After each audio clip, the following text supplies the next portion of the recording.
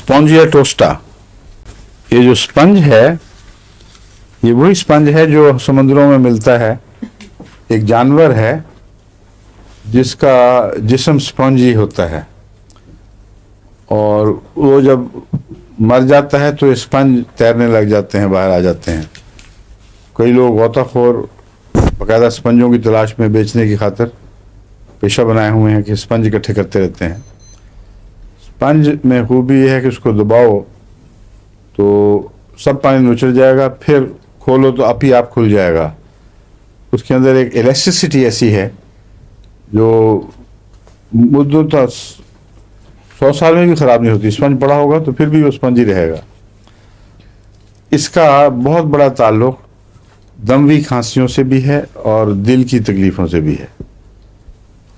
दिल अगर कमज़ोर और स्पंजी सा हो जाए और उसमें पूरी जान और टोन न रहे मसल्स में, तो उसके नतीजे में बाज़ दफ़ा दमा भी हो जाता है और खांसी भी उठती है, और उसको कहते हैं कार्डिक कॉफ। और उसमें स्पॉन्जिया चोटी की दवा है। और इसकी खांसी की एक पहचान है कि आवाज़ ऐसे आती है जैसे आरा चल रहा हो, खस खस खस खस की आवाज़ आती है। दमे में कई दफ़ा ऐसी आवाज़ें आती हैं, लेकिन ज़रूरी नहीं कि वो स्पॉन्जिया का ही केस हो। लेकिन स्पॉन्जिया की जो ख़ासियत है, ये सारे सांस में हर चीज़ में मुस्तकिल उसका हिस्सा बनता है। खिसखिसाती हुई सांस निकलती है, आरा चलने की सी आवाज़, वो इसकी पहचान है। अगर वो ना भी पहचान हो तो दिल की कमज़ोरी से जो खांसी का ताल्लुक़ है उसको आप याद रखें। और वो ऐसी दवाएं, खांसियां जो हैं वो आम दवाओं को रिस्पॉन्ड नहीं करती, उसके ऊपर कोई असर नहीं दिखाते, दवाएं असर नहीं करती, इसलिए स्पॉन्जिया से ठीक होती हैं। और दमे में भी बहुत मुफीद है। इसके अलावा दिल की खांसी के अलावा दूसरे दमे में भी मुफीद है।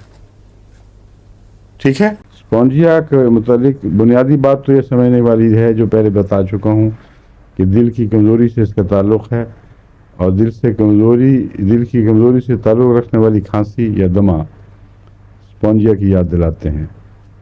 उसकी सांस के मुतालिक ये आम मुहावरा जो है वो भी बता दिया है कि जैसे आरा चल रहा हो, आरे की खसखस की आवाज़ जो है वैसी ही इसमें से आती है।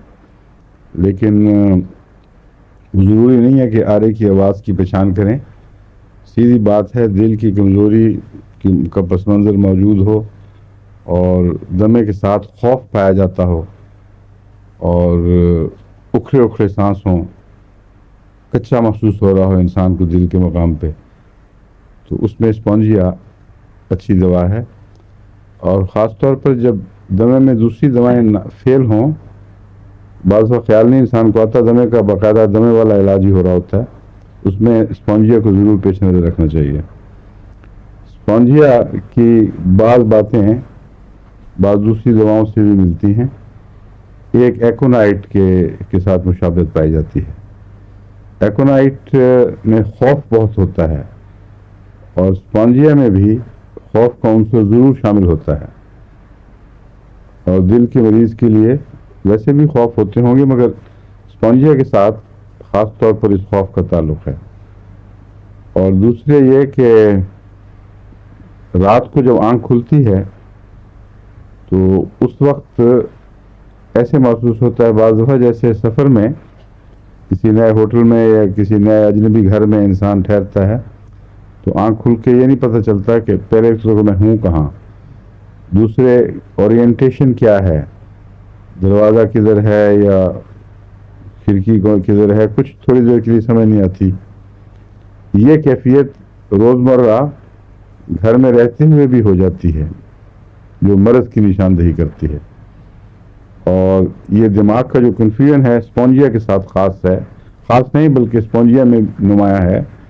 इसके अलावा और दवाओं में भी ये बात पाई जाती है। कौन कौन सी दवाएं हैं? जहाँ तक घबराहट से आँख खुलना या झटके से आँख खुलना है, वो तो ग्राइंडीलिया और आर्सेनिक में भी बहुत नुमाया है। लेकिन ये एहसास कि मुझे मालूम नहीं मैं कहाँ हूँ, یہ بعض اور دواؤں میں ملتا ہے. کون سی ہیں کسی کو یاد ہے؟ فاسفورس میں ہے. ٹھیک ہے. لیگسس ٹھیک. اور کاربوویج بالکل ٹھیک ہے. اسکولس میں بھی ہے. اسکولس کی جو یہ پہچان ہے یہ صرف رات کے اٹھنے سے تعلق نہیں رکھتی بلکہ صبح جب اسکولس کا مریض اٹھتا ہے تو بجائے اس کے کہ فریش ہو اور دماغ بالکل صاف ہو یہ کنفیوژن کے ساتھ دن شروع کرتا ہے. اور ایسا بچہ جو اس کو اسکولس کی ضرورت ہے وہ صبح اٹھ کر کنفیوز رہتا ہے کچھ دیر تک کے لیے. اس کو سمجھائیں تو پوری طرح سمجھ نہیں آتی. جو دن گزرتا ہے اس کا دماغ صاف ہوتا چلا جاتا ہے. اس لیے عام روزمرہ کے دستور سے بالکل برعکس ہے اسکولس. یہ اس کی کیفیت اور کسی دوا میں مجھے نظر نہیں آئی. مگر جب یہ رات کو اٹھتا ہے تو یہی کنفیوژن ہے دراصل جو اس کو دوسری ایسی دواؤں سے مشابہ کر دیتا ہے. جو صبح اٹھ کے بھی کنفیوژن والا ہوگا تو رات کو اٹھ کے تو ضرور کنفیوژن ہوگا اس کو. سیمبوکس میں بھی ہے. سیمبوکس نائگرا میں بھی یہ علامت ہے. Lachesis lycopodium sambucus nigra aesculus phosphorus carbo veg. Aconite سے مشابہ تو ہے مگر بہت گہرا اثر رکھنے والی دوا ہے اور لمبا اثر رکھنے والی. ایکونائٹ کی طرح عارضی اور سرسری اثر والی نہیں ہے.